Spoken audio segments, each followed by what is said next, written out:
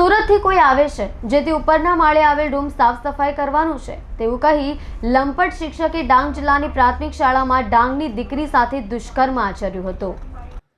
માતા તથા બાળકી પાસેથી મળી આવેલી માહિતી અનુસાર ડાંગ જિલ્લાના આહવા તાલુકાના એક ગામમાં રહેતી શ્રેય એક શાળામાં અભ્યાસ કરે છે તથા પીપી સ્વામી પ્રયોશા પ્રતિષ્ઠાત સંચાલિત હોસ્ટેલમાં ત્યાં જ રહે છે। ગત શનિવારે 24/2/2024ના રોજ તેમના હોસ્ટેલના ગુરુ ગરિમાને લાંછન લગાવનાર લંપટ શિક્ષક મધુરામજી રાઠોડ મૂળ રહેવાસી કરજણ મહારાષ્ટ્ર હાલ હોસ્ટેલમાં જ રહેતો હતો।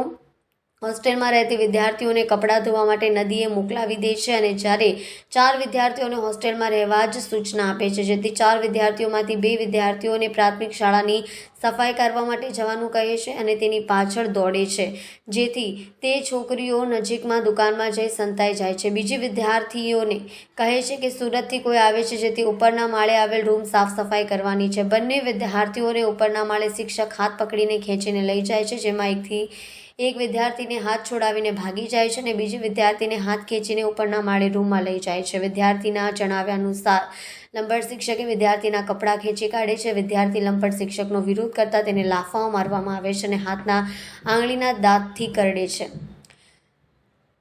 હવસના ભૂખ્યા શિક્ષકે વિદ્યાર્થીનીને પકડી રાખી રૂમમાં નીચે પાડી દઈ બળજબરીપૂર્વક દુષ્કર્મ કરે છે। લંપટ શિક્ષક વિદ્યાર્થીનીને ધમકી આપે છે કે આ બાબત કોઈને કહીશ નહીં, તારાને મારા વચ્ચે જ રાખજે કહીને કલાક બાદ ત્યાંથી જતા રહે છે।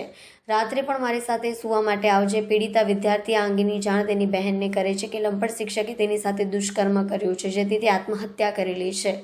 હોસ્ટેલમાંથી ભાગી એવી વાતો કરતી હતી પરંતુ 2/3/2024ના રોજ પીડિતાની માતા બંને બહેનોને મળવા માટે હોસ્ટેલમાં જાય છે। ત્યાં પીડિતાના મામા અને મામી પીડિતા તથા તેની બહેન મળવા માટે ગયા હતા। ત્યાં પીડિતાની નાની બહેને ઘરે આવવા માટે જિદ કરી હતી। મામા મામી બંને બહેનોને ઘરે લઈ આવે છે। ઘરે આવ્યા બાદ પીડિતાની નાની બહેને તેની માતાને સમગ્ર ઘટનાની જાણ કરી હતી અને માતા આજરોજ સાપુતારા પોલીસ સ્ટેશનમાં હવસખોર શિક્ષક મધુરામજી રાઠોડ મૂળ રહેવાસી કરજણ મહારાષ્ટ્ર હાલ હોસ્ટેલમાં જ રહેતો હતો તેની સામે પોક્સો ગુના હેઠળ ફરિયાદ નોંધાવી તપાસ સાપુતારા પોલીસના પીએસઆઈ NZ બોયાને હાથ ધરી છે। અમને સ્કૂલમાંથી આવેલા પછી ગુરુજીએ કીધેલું કે કપડાં ધોવા જવાનું નદી પર। ત્યારે નાની નાનીઓ ગયેલી ને 4 છોકરીઓ મોટી હતી ને એને રાખેલા। પછી 2 છોકરીઓને સ્કૂલ પર મોકલેલું। પછી તે લોકોને કોંડી આપેલું ને એક મારી બેન હતી ને એક છોકરી હતી તેને ઉપર સાફ સફાઈ કરવા મોકલેલું કે સુરતવાળા આવવાના છે ને એટલે તમે સાફ સફાઈ કરો રે। પછી મારી બેન અને છોકરી હતી ને તેને લઈ ગયેલા। પછી તે બીજી છોકરી હતી ને અને મારી બેન હતી તેના પકડીને લઈ ગયેલી। પછી તે હાથ આમ કરીને ભાગી ગયેલી, મારી બેન જ રહી ગયેલી। પછી રૂમમાં લઈ ગયેલો ને છેડછાડ કરતો હતો। પછી બહુ કરેલો ને 1 વાગે ગયેલો ને 2 વાગે નીકળેલો। પછી મારી બેનને બહુ રડતી હતી ને મને કહ્યું કે મેં મરી જવાની છે, તમે હવે નહીં રહેવાની છે। ત્યારે મેં બહુ પછી મને આ કહેતી કે હવે મેં ભાગી જ જવાની છે। મને બહુ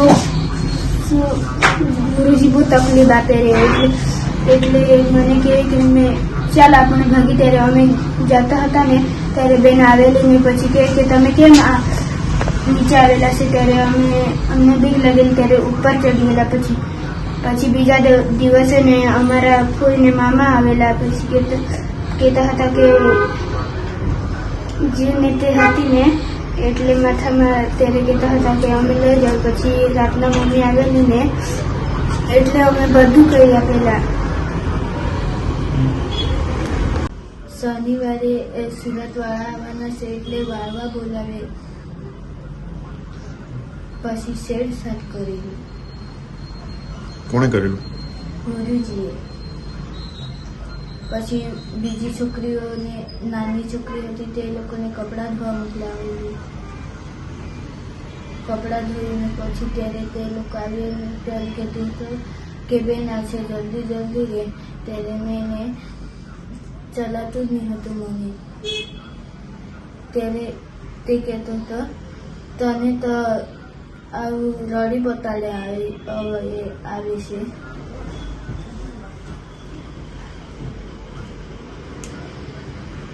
પછી કંઈ પણ કર્યા કરતો હતો.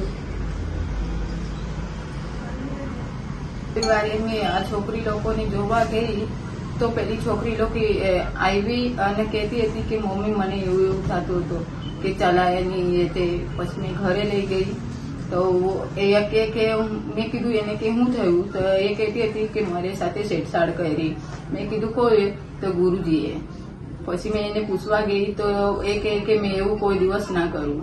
પછી મેં એને ટીચરને કહેવા ગઈ તો ટીચર કહે કે આ એવા જ છે, છેડછાડ કર્યા કરે ગમે તે તા.